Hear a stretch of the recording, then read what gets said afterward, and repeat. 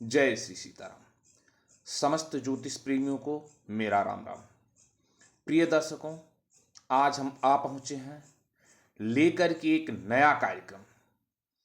आपके सुखेश अर्थात चतुर्थ भाव के स्वामी आपके जन्म कुंडली के 12वें भाव में बैठ करके कैसा प्रभाव दे रहे हैं, इसके पहले हम चर्चा कर चुके। आपके लग्नेश, धनेश और पराक्रमेश की, ये तीनों की अलग अलग हम 3 वीडियो बना करके चैनल पे अपलोड कर चुके हैं। आप जा करके चैनल पर देख सकते हैं कि आपके जीवन में धन की कमी क्यों है, आपके जीवन में आलस्य क्यों है, आपके मान सम्मान में कमी क्यों आ रही है, ये सब का विस्तार से हम एक एक करके 3 कार्यक्रम चैनल पे डाल चुके हैं। आप जा करके देख सकते हैं। आज हम आ पहुंचे हैं आपके चतुर्थ भाव के स्वामी की चर्चा करने। लग्नेश की कर चुके हैं, धनेश की कर चुके, पराक्रमेश की कर चुके। आज हम चतुर्थ भाव के स्वामी, आपकी जन्म कुंडली किसी भी लग्न की हो, इससे नहीं मतलब, चतुर्थ भाव के स्वामी आपके कौन हैं, वो किस भाव में बैठ करके कैसा फल दे रहे हैं, इसकी हम चर्चा करेंगे। अपनी जन्म कुंडली आप उठा लीजिए, देखिए आपके चतुर्थ भाव में यदि 1 नंबर और 8 नंबर की गिनती लिखी गई तो आपके सुखेश होंगे मंगल। 2 नंबर या 7 नंबर की गिनती लिखी गई तो आपके सुखेश होंगे शुक्र। 3 नंबर या 6 नंबर की गिनती लिखी गई तो आपके सुखेश होंगे बुध। अगर 4 नंबर लिखी गई तो आपके सुखेश होंगे चंद्रमा। यदि 5 नंबर लिखी गई तो आपके सुखेश हैं सूर्य। अगर यहाँ पर 9 नंबर या 12 नंबर गिनती लिखी गई, हम केवल चतुर्थ भाव की बात कर रहे हैं, यहाँ पे आप गिनती देखिएगा। अगर यहाँ पर 9 नंबर या 12 नंबर लिखी गई है तो आपके सुखेश हैं देवगुरु बृहस्पति। और 10 या 11 नंबर की गिनती लिखी गई तो आपके सुखेश होंगे शनिदेव। आप अपनी जन्म कुंडली सामने रख लीजिए और देखिए आपके सुखेश कौन है। अगर आपको ये पता चल गया कि आपके सुखेश कौन है तो आप जा करके अपनी जन्म कुंडली में देखिए कहाँ बैठे हैं सुखेश हमारे। आज हम एक एक करके चर्चा करेंगे। आप अपनी जन्म कुंडली में देख करके कि आपके सुखेश किस भाव में बैठे हैं, कैसा फल दे रहे हैं। चतुर्थ भाव से हम पहले भी बता चुके हैं, भूमि, भवन और वाहन, माता के सुख आदि का विचार किया जाता है।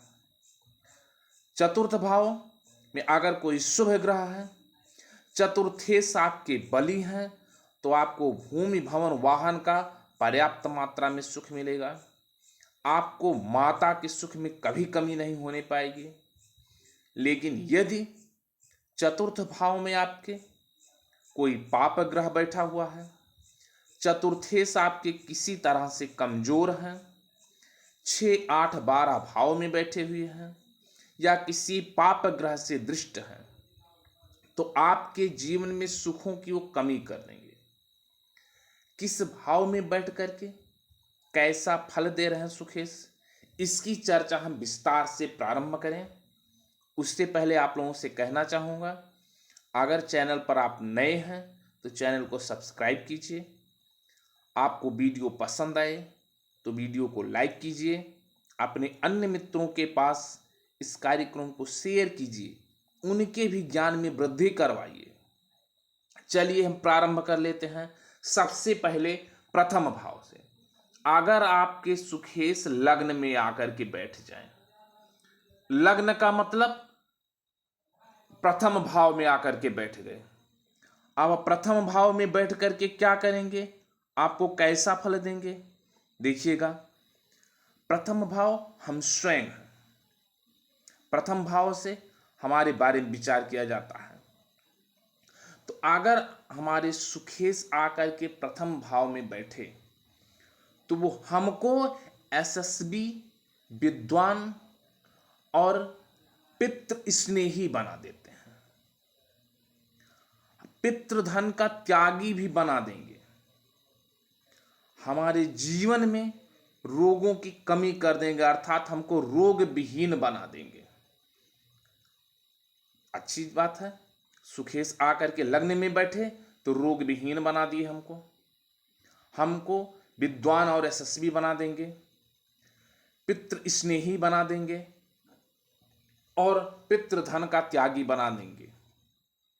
अगर यही हमारे सुखेश आकर के धन भाव में यानी द्वितीय भाव में बैठ जाए, द्वितीय भाव अर्थात धन का भाव, वाणी का भाव, कुटुंब का भाव, और इस भाव में आकर के सुखेश बैठ गए अर्थात चतुर्थ भाव के स्वामी बैठ गए। क्या करेंगे?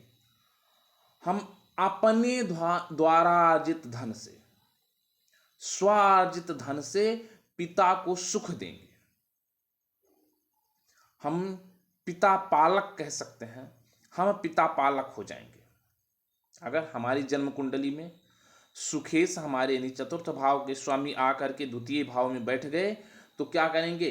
हम अपने द्वारा अर्जित या जातक अपने द्वारा अर्जित धन से अपने पिता को सुख देने वाला हो जाएगा, वह पितृपालक हो सकता है। अगर यही हमारे सुखेश आकर के हमारे तृतीय भाव में बैठ जाए, तृतीय भाव यानी पराक्रम का भाव, अब पराक्रम भाव में सुखेश क्या करेंगे? माता पिता को कष्ट देने वाला बना देंगे। ऐसा जातक जिसके सुखेश तृतीय भाव में जाकर के बैठे हों अर्थात पराक्रम भाव में जाकर के बैठे हों, ऐसे जातक माता पिता को कष्ट देने वाले होते हैं। वह अपने पराक्रम से, अपने बाहुबल से धनार्जन करके धनी बनते हैं। ऐसे जातक यशस्वी होते हैं। बात कर ले वहीं हमारे सुखेश आकर के अपने ही भाव में बैठ जाए यानी चतुर्थ भाव में, चतुर्थ भाव के स्वामी चतुर्थ भाव में यानी सुखेश सुख भाव में बैठ जाए। क्या कर देंगे? हमें भूमि भवन वाहन आदि के सुख से युक्त कर देंगे। हमने बताया कि चतुर्थ भाव हमारा भूमि भवन वाहन का भाव होता है। भूमि भवन वाहन के भाव में उसी भाव के स्वामी बैठ गए तो सबका सुख हमको दे देंगे, हमको कर्तव्यनिष्ठ बना देंगे। ऐसे जातक की यश कीर्ति समाज में दूर दूर तक फैलती है।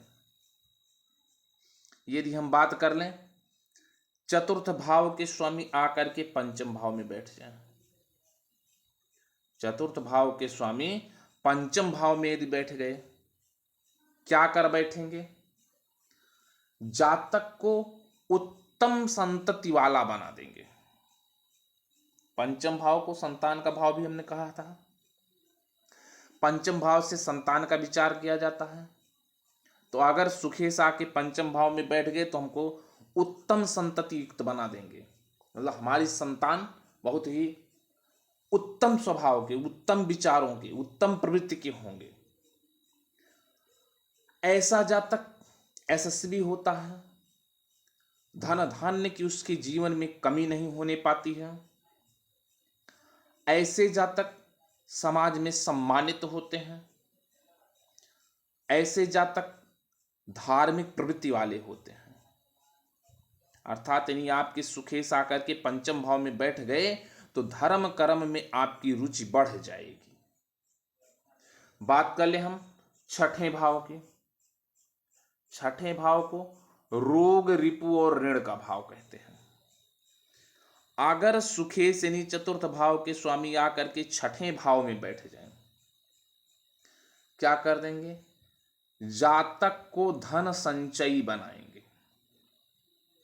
ऐसा जातक धन संचय करने में आगे होगा, ऐसा जातक पराक्रमी होगा। ऐसे जातक स्नेही होते हैं, अस्थावर संपत्ति वाले होते हैं।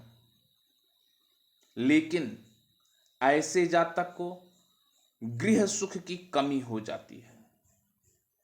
भूमि भवन वाहन का भाव, और भूमि भवन वाहन के स्वामी आकर के छठे भाव में बैठ गए तो क्या करेंगे? आपको भवन सुख से विहीन कर देंगे। आप हो सकता है किराए के मकान पर रहें, हो सकता है किसी बंधु बांधव के मकान में रहें, लेकिन अपने मकान का सुख नहीं पा सकते। अगर अपने मकान का सुख भी मिलेगा तो बहुत सामान्य घर होगा। बात कर लें चतुर्थेश आकर के सप्तम भाव में बैठ जाएं। आप सप्तम भाव में सुखेश बैठ गए। सप्तम भाव से जीवन साथी का विचार किया जाता है, व्यापार का विचार किया जाता है, पार्टनरशिप का विचार किया जाता है। तो अगर सुखेश सप्तम भाव में बैठे तो जातक को कामातुर बना देंगे। ऐसे जातक धन धान्य से युक्त हो जाएंगे। ऐसे जातक विद्वान होते हैं। अगर वह पुरुष है तो स्त्री प्रिय होगा, और स्त्री है तो पुरुष प्रिय हो जाती है। ऐसे जातक को सुखेश सप्तम भाव में बैठ करके सुंदरता प्रदान करते हैं। बात कर ले वहीं सुखे से रिया करके अष्टम भाव में बैठ जाएं। अब अष्टम भाव में सुखेश बैठ गए तो जातक को कुकर्मी बना देंगे, मतलब बुरे कर्म करने वाला बना देंगे। ऐसे जातक को दरिद्र बना देते हैं, अर्थात उनके जीवन में धन की कमी कर देंगे। ऐसे जातक को भूमिगत धन का लाभ प्राप्त हो सकता है। अष्टम भाव से हमने बताया था आकस्मिक धन लाभ। तो ऐसा जातक जिनके चतुर्थ भाव के स्वामी आकर के अष्टम भाव में बैठ गए हैं, उन्हें कहीं से भूमिगत धन मिल सकता है। हो सकता है आपके पूर्वज कुछ धन कहीं जमीन में दबाए रहे हों, आप किसी कार्य से जमीन की खुदाई करवा रहे हैं, मकान बनवा रहे हैं, वहां से आपको अचानक ज्यादा धन मिल सकता है। लेकिन आपका स्वभाव बहुत ही ज्यादा क्रूर कर देंगे। यानी सुखेश यदि अष्टम भाव में आकर के बैठे हैं तो जातक को क्रूर स्वभाव वाला बना देते हैं। जातक के स्वभाव में क्रूरता आ जाती है। बात करें हम चतुर्थ भाव के स्वामी की नवम भाव में स्थिति की, यानी चतुर्थ भाव के स्वामी यदि नवम भाव में आकर के बैठ जाएं, क्या होगा? जातक पितृभक्त हो जाएगा, लेकिन वह परिवार विरोधी होगा। ऐसा जातक सत्संगी होगा, सत्संग में आना जाना उसका लगातार जारी रहेगा। वह तीर्थ स्थलों की यात्रा करने का शौकीन हो जाएगा, अर्थात वो तीर्थ यात्री कह सकते हैं उसको। वो परदेश में रह करके ज्यादा सुखी रहेगा। अगर वह अपने जन्म स्थान से दूर रहे तो उसको ज्यादा सुख मिलेगा। या हम ये भी कह सकते हैं यदि सुखेश आपके नवम भाव में बैठे हैं तो आप परदेश में ही निवास करेंगे, और परदेश में रहेंगे तो आप सुख भी करेंगे। यदि हम बात कर लें चतुर्थ भाव के स्वामी की दसम भाव में स्थिति की, यदि चतुर्थ भाव के स्वामी दसम भाव में आकर के बैठ गए, अब यहां देखिएगा आपके चतुर्थेश कोई भी हो, जितने भी ग्रह होते हैं सबकी एक तो फिक्स दृष्टियां हैं, सातवीं दृष्टि। तो चतुर्थ भाव के स्वामी दसम भाव में बैठ के सातवीं दृष्टि से अपने भाव को देखेंगे। हमने एक कार्यक्रम बना रखा है। अब ये चाहे जो ग्रह होंगे, चाहे जो उसके स्वामी होंगे, सबके पास सातवीं दृष्टि, वो सातवीं दृष्टि से चतुर्थ भाव को देखेंगे। अगर कोई अवग्रह होगा, कुछ ग्रहों के पास तीन तीन दृष्टियां हैं, वो अन्य भावों को भी देखेंगे। लेकिन चतुर्थ भाव को तो कन्फर्म है, देखेंगे। अब यहां बैठ करके क्या करेंगे, सुखेश अर्थात दसम भाव में बैठ करके आपको पितृभक्त बनाएंगे, क्योंकि दसम भाव से पिता के सुख का भी विचार किया जाता है। तो आपको पितृभक्त बना देंगे, आपको धन धान्य से संपन्न बनाएंगे, अर्थात आपको धनी बना सकते हैं, आपको सरकार द्वारा सम्मानित करवा सकते हैं। यानी सुखेश आपके दसम भाव में बैठे हैं तो आपको सरकार द्वारा सम्मानित करवाएंगे, आपके अंदर क्षमाशीलता होगी। लेकिन ऐसा देखा गया, सबके लिए नहीं कह सकते, लेकिन अधिकतर जातक के, कि यदि आपके सुखेश आकर के दसम भाव में बैठे हैं तो आप देखिए आपके पिताजी का 2 विवाह संभव है।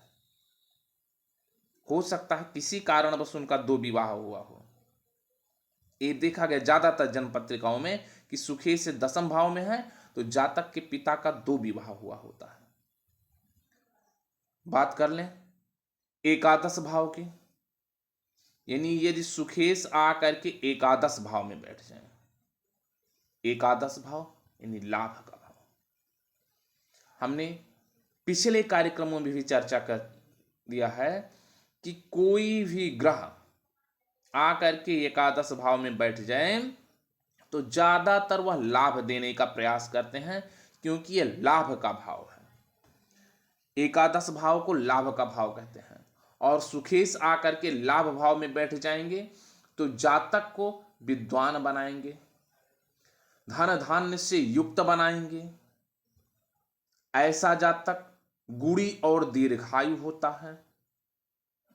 यदि सुखेश आकर के एकादश भाव में बैठ जाएं तो ऐसे जातक पिता की सेवा करने वाले होते हैं। ऐसे जातक धर्मात्मा होंगे, धर्म कर्म में बढ़ चढ़ के हिस्सा लेने वाले होते हैं। और बात करें आपकी जन्म कुंडली के आखिरी भाव यानी द्वादश भाव, 12वें भाव को व्यय का भाव भी कहते हैं। और व्यय भाव में आकर के सुख भाव के स्वामी यानी सुखेश बैठ जाएंगे। क्या करेंगे, आपको ऐसा कर सकते हैं कि आप किसी दूसरे के घर में रहना पड़ सके, मतलब अपना घर नहीं होगा, पराए घर में रहना पड़ सकता है, किसी रिश्तेदार के या किसी मित्र के घर में रहना पड़ सकता है। आपको भवन सुख की कमी कर देंगे। और ऐसा भी देखा गया कि यदि चतुर्थ भाव के स्वामी 12वें भाव में बैठे हैं तो आपके पिता की मृत्यु भी शीघ्र हो जाती है, अर्थात सामान्य समय से जल्दी पिता की मृत्यु भी देखी गई है। इस प्रकार से ये था हमारा आज का कार्यक्रम। आपको कैसा लगा कमेंट में ज़रूर बताइएगा। वीडियो पसंद आया हो तो वीडियो को लाइक कीजिएगा। हम प्रयास करेंगे फिर जल्द ही आपको एक नए विषय के साथ कुछ आपके ज्ञान में वृद्धि करवाने के लिए नया कार्यक्रम लेकर के उपस्थित होंगे। आप तब तक ये वीडियो देखिए, अपने मित्रों के पास शेयर कीजिए। चैनल को आपने अभी तक सब्सक्राइब नहीं किया तो चैनल को सब्सक्राइब कर लीजिए। वीडियो पसंद आया हो तो वीडियो को लाइक कीजिए। फिर मिलेंगे। जय श्री राम।